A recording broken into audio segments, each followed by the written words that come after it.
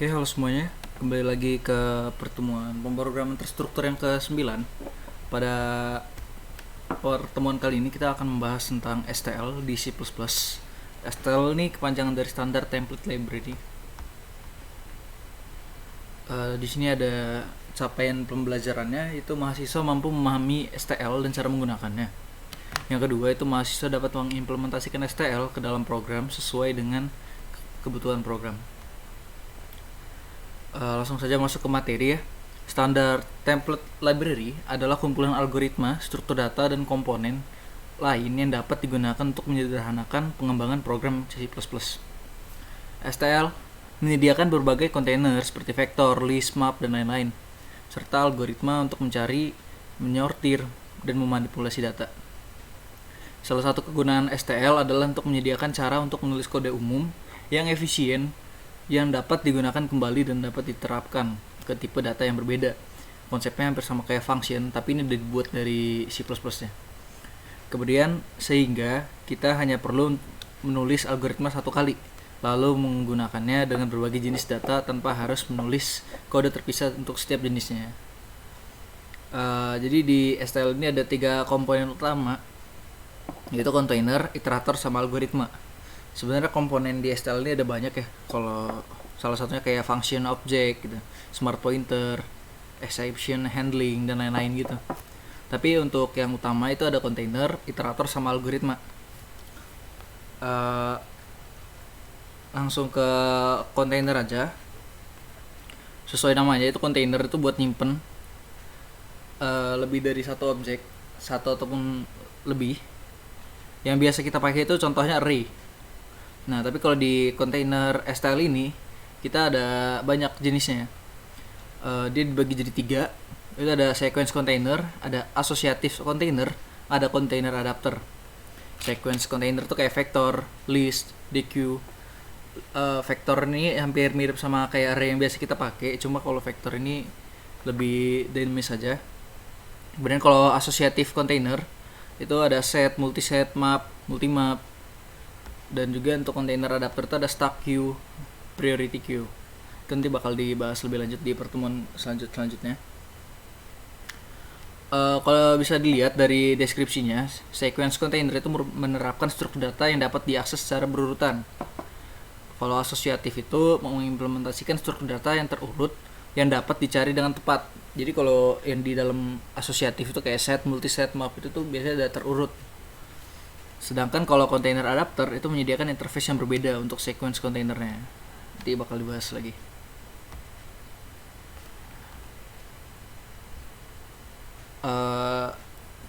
Kita ke contoh container aja ya.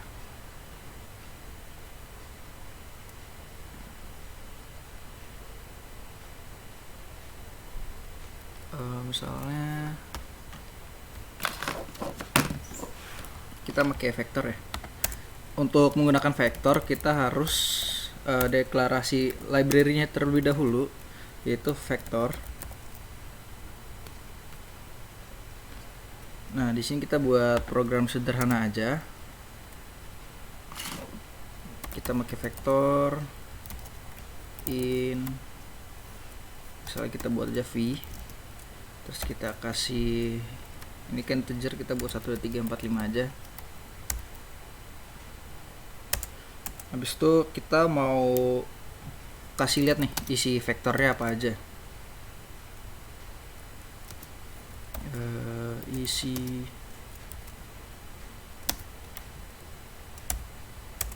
Nah, kita pakai looping. Habis itu di sini kita pakai for each saja biar cepet, biar nggak usah ribet.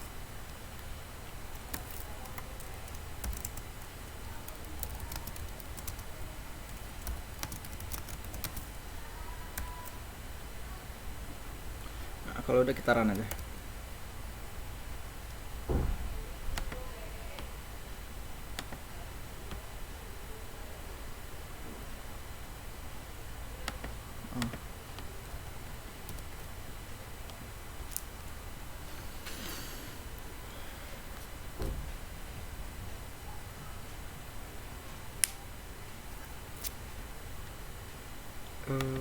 Sebentar.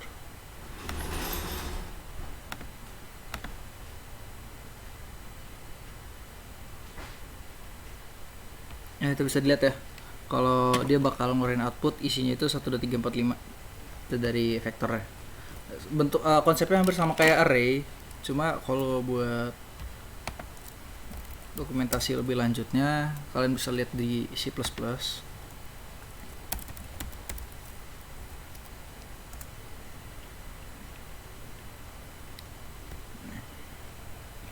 Karena di vektor ini dia sedikit berbeda untuk di array, kayak buat inputnya, terus cara manggilnya itu kayak dari begin ke end, terus ada size, ini untuk pushback, buat insert. Coba kita coba aja, misalnya kita tambahin nih v pushback,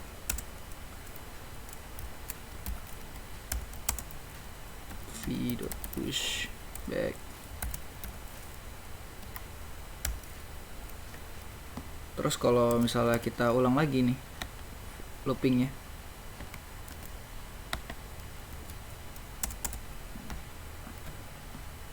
dia bakal ngeluarin output. Ada sebentar, kurang di inline.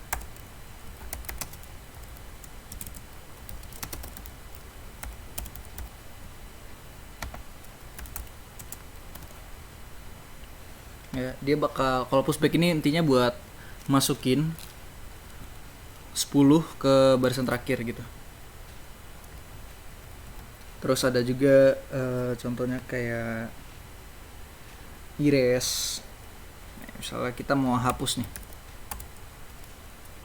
gimana caranya? Misalnya kita mau hapus yang pertama, berarti kita pakai begin.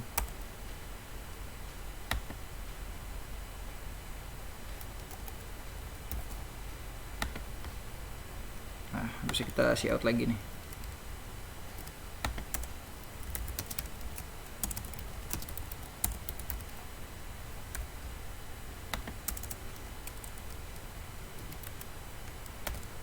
Kalau di run dia bakal ngehapus yang pertama, si satu ini. Lihat jadi 2 3 4 5. Mungkin kalau buat vektor pengantarnya segitu aja, nanti bakal lebih jelas lagi di pertemuan selanjutnya. Kemudian kita mau bahas yang kedua dari STL. Itu ada iterator. Iterator ini adalah objek seperti pointer yang menunjuk ke elemen dari dalam kontainer. Jadi kita langsung ke contoh aja ya. Sebentar, ini kita hapus aja dulu.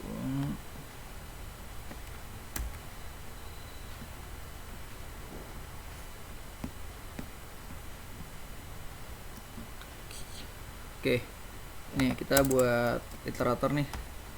Kalian baca aja buat deskripsinya di modulnya, nanti bakal di share. Saya bakal langsung ke praktikumnya aja. Misalnya di sini ada vektor, kita buat sesuai sama yang di atas. Tipe datanya integer. Kemudian kita membuat iterator nih. Iterator. Kita kasih nama IT aja. Nah, kalau udah, si IT ini dia bisa untuk menyimpan atau nampilin juga dari semua yang ada dalam vektornya.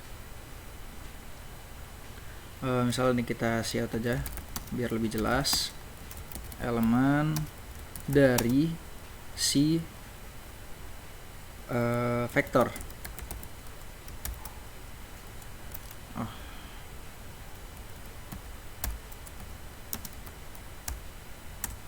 Habis itu kita looping.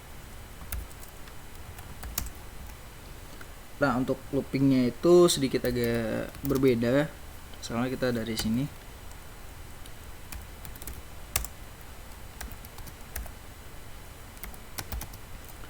v.end, jangan lupa tanda kurung, i plus. Kemudian untuk membuat outputan isinya kita pakai pointer, karena itu nanti berisinya itu sebentar.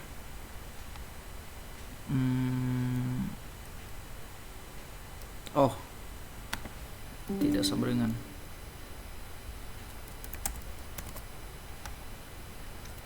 Ya bisa dilihat ya.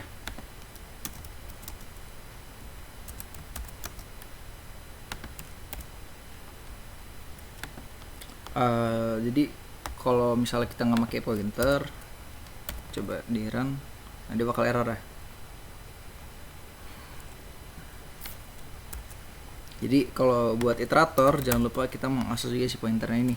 Sebenarnya bisa yang lain, tapi untuk yang efektif di C++ ini menggunakan pointer, dan biasa sering pakai juga pakai pointer.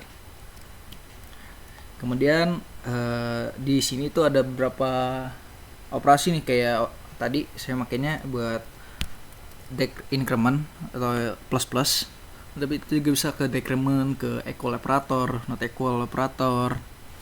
Terus ada the reference operator yang tadi saya pakai juga untuk mengakses nih, mengembalikan elemen dari posisi saat ini yang ditunjuk oleh iterator.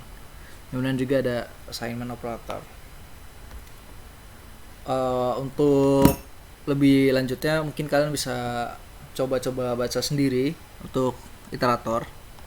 Karena selanjutnya kita membahas dulu ke algoritm. Algoritm adalah header yang mendefinisikan kumpulan fungsi yang dirancang khusus untuk digunakan pada berbagai elemen.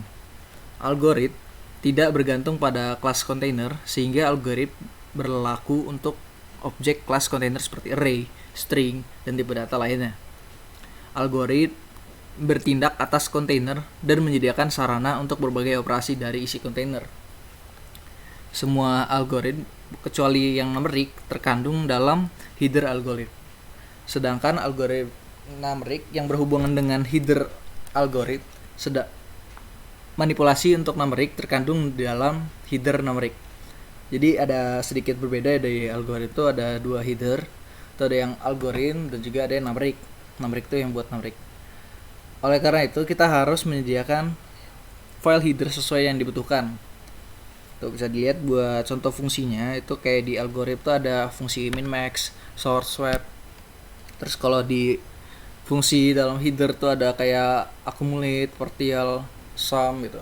Kayak yang udah tingkat lanjut itu buat pengolahan numerik itu ada di header numerik. Kalau mau kalian lihat lagi misalnya di sini kalian cari aja di c++.com misalnya algorithm. Nih kalian lihat tuh function in algorithm itu ada apa aja sih? Tuh kalian bisa lihat. Nah.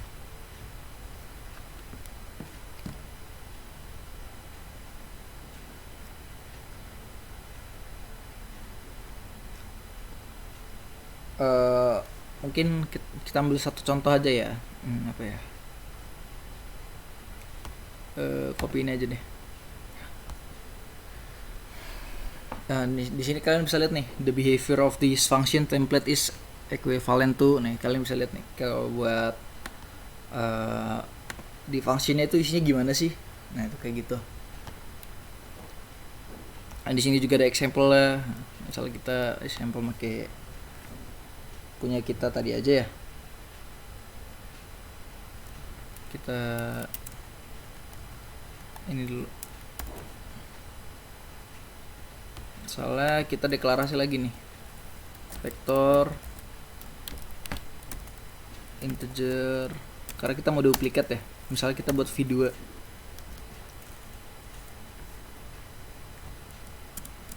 sorry,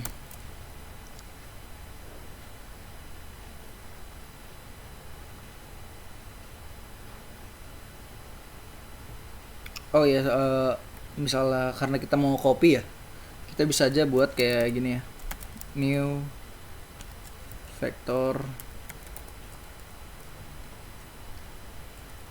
terus kita ngambil si v tadi ini,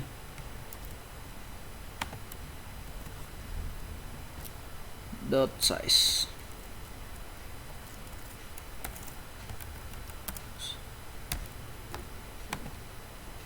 Nah, jadi ini gunanya buat apa sih? Sebenarnya buat nih vector v.size ini. Itu tuh buat ini apa? Kalau kita mau buat vektor yang sama besarnya dengan vektor yang lain, itu kita bisa langsung aja deklarasinya seperti ini. gitu.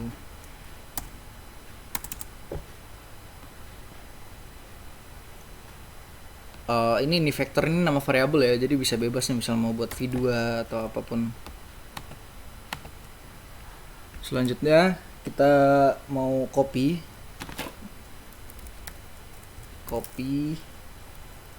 di sini. Kalau kalian lihat nih di sini buat my ins itu yang ini, ini karena ini array ya, bukan dari vektor ya. Ini bisa diambil ya, coba bentar. Kita v.begin koma v.end koma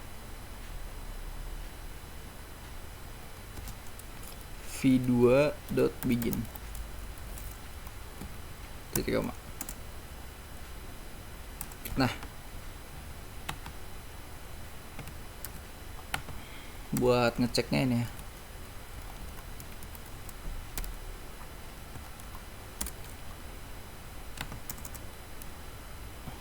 aduh, coba kita pakai yang ini aja.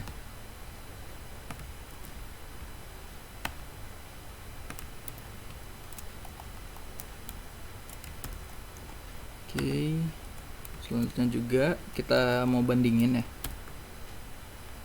Udah isi vektor 1, di sini isi vektor 2. Di sini v2. Nah, kalau kita running,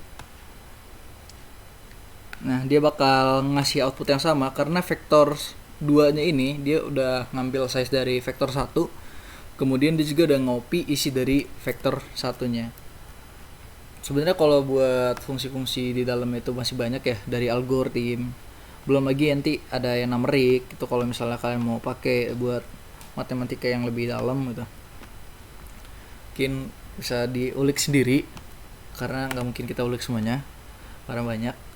Selanjutnya kita bahas ke template. Template adalah tools yang sederhana namun sangat berguna di C++. Contoh sederhananya adalah kita melewatkan inisiasi tipe data sebagai parameter sehingga kita tidak perlu menulis kode yang sama untuk tipe data yang berbeda. Bingung ya?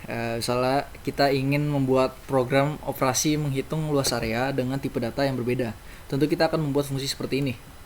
Ya, misalnya di sini ada in area, terus dia punya parameter 2 itu in L sama in W, kemudian dia bakal return L kali W.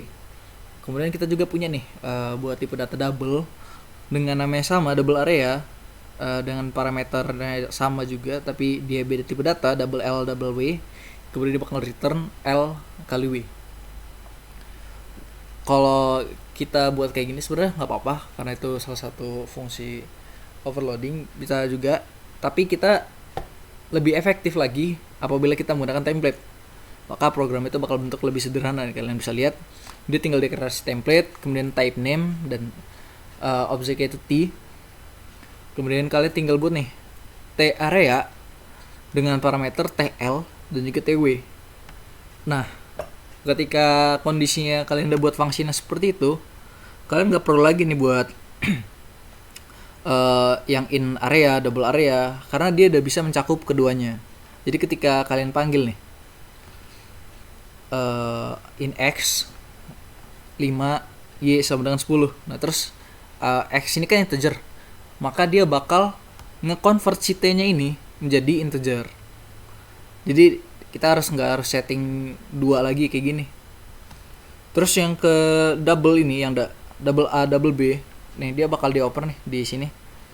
Kemudian ketika dioper ke function area ini, si T ini bakal berubah jadi D double. Jadi dia bisa berjalan juga. Mungkin kalian bisa coba sendiri nanti ya. Untuk function template, jadi template ini bisa juga buat function, bisa juga buat class, bisa juga buat struktur data yang generic gitu. dia juga nggak ada batasan buat tipe datanya gitu. Jadi untuk function ini ada type name sama kelas yang tadi itu yang di atas ininya. Sebenarnya itu bebas, tapi tergantung dari penggunaannya juga. Nih bisa dilihat nih untuk contoh selanjutnya. Sini ada template kelas T. Kemudian kita buat ini buat bubble sort, itu buat pengurutan secara bubble sort tuh ada. Kalau kalian mau lihat algoritma bubble sort tuh bisa dicari sendiri. Di sini ada nested loop, kemudian ada if, kemudian maka seluruh program itu bakal jadi kayak gini nih kalau kalian lihat. Ketika kalian run,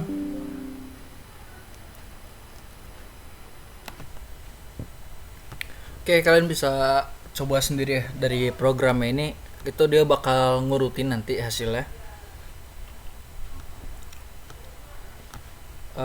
Kemudian ada kelas template nih, sama seperti function template, bedanya tentu kegunaan untuk kelas.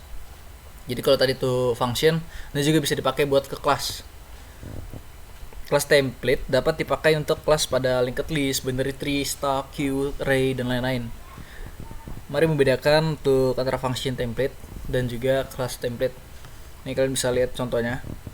Misalnya kita buat kelas kalkulator, terus dia punya atribut dengan tipe data T, di mana T itu template kelas tadi yang udah kita buat. Kemudian ada 61, 62. Kemudian di sini ada public. Di sini ada constructor kalkulator, dia punya dua tipe data, TN1 dan TN2. Kemudian di sini bakal masukin nilai N1 N2-nya itu ke 61 62-nya. Kemudian di sini ada beberapa function nih. Kalian bisa lihat di sini ada T tambah, terus dia bakal return 61 plus 62, T kurang bakal 61 min 62. Jadi kita bisa buatnya lebih simple. Kemudian ada void hasil. Ini bakal ngeprint semua ininya. Kemudian di sini ada inisialisasi di in main-nya. Kita buat kalkulator incall 2,1, kemudian ada float 2,4, 1,2. Nah kalau misalnya kita nggak pakai template nih, kita harus buat 8 function. Kenapa? Karena dia punya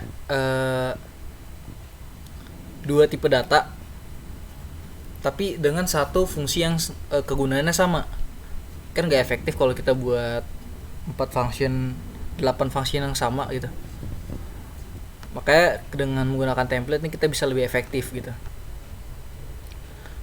Buat kodenya kalian bisa coba sendiri aja nanti. Kemudian template ini juga bisa multi parameter. Mungkin kita bakal lanjut aja dulu. Di sini ada mendefinisikan kelas member di luar dari kelas template nih. Jadi dia bisa buatnya itu return type gitu. Terus di kelas name-nya itu kita buat prototype function itu return type function name gitu. Mungkin lebih jelas nanti ke langkah praktikum aja. Misalnya di sini ada Cipung ingin tahu apakah ia lahir di tahun kabisat atau tidak. Bantu Cipung untuk membuat program menghitung tahun kabisat. Nah, di sini kebetulan saya udah buat dari in main-nya nih. Di sini ada in tahun, terus cout masukkan tahun, sin tahun. Kemudian di sini ada kelas kabisat. Di sini ada satu atribut saja, di mana T tahun. Kemudian di sini ada parameter dengan isinya kosong.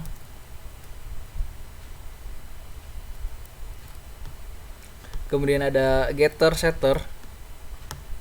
Kemudian di sini ada metode operasi perhitungan. Ini bool, dia bakal ngembaliin 0 atau 1, true or false. Kalian bisa ikutin aja buat codingannya. Kemudian kita kalau udah buat kelar kelasnya, kita baru lanjut ke in main lagi nih. Kita mau buat objeknya, objek dari kelas template-nya. Kita buat perhitungan kabisat. dengan tipe data in, terus kabisat, dan di sini ada di reference tahun. Kemudian kita memanggil method isKabisat untuk mengecek apakah tahun ini kabisat atau bukan. Nah, jadi ketika kita run nih, misalnya kita ambil contoh nih.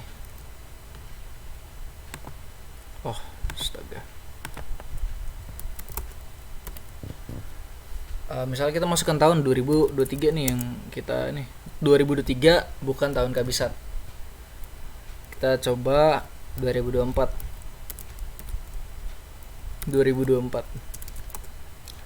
adalah tahun kabisat. Buat perhitungan tahun kabisat tuh kalian bisa cari aja di internet karena banyak referensinya. Di sini mau fokus ke template-nya aja sama STL. Kemudian ada tugas dari praktikum pertemuan kali ini. Kalian bisa baca nih, kembangkan program di atas agar dapat menghitung beberapa tahun, bulan, dan hari umur kamu saat ini berdasarkan tanggal lahir. Ketentuan terdapat kolom input tanggal, bulan, dan tahun lahir. Terus mempunyai kelas template yang memiliki atribut yang bersifat private, konstruktor dengan parameter, setter getter, metode untuk menghitung umur berdasarkan tanggal lahir, dan tanggal sekarang. Metode untuk menghitung jumlah hari dalam bulan tertentu pada tahun tertentu. Kemudian ada metode untuk mengecek apakah tahun kabisat. Ini yang tadi ya. Note, jika dapat mengimplementasikan pendefinisian kelas member di luar kelas template, akan diberi nilai plus. Jadi kalau kalian lihat ini yang di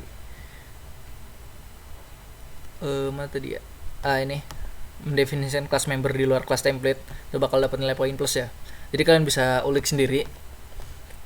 Nanti kalau kalian berhasil nanti dapat nilai plus ya. Di sini ada contoh hasil programnya. Dia bakal memasukkan tanggal, bulan, dan tahun lahir Anda. Terus dia bakal input nih 8/8/2022 nih misalnya. Kemudian dia bakal ngeluarin outputan. Umur Anda adalah 20 tahun 8 bulan 19 hari. Nah, silakan kalian coba-coba buat tugas praktikumnya. Dan kalau ada yang mau ditanyakan tentang tugas maupun materi pertemuan ini, kalian bisa PC aja ke kakak asdosnya. Insya Allah dibantu. Mungkin sekian yang dapat saya sampaikan terkait STL. Kalau mau lebih jelasnya kalian bisa buat cari referensi yang baru kayak misalnya di Geeks4Geeks, C++.com, ataupun W3 School dan lain-lain gitu.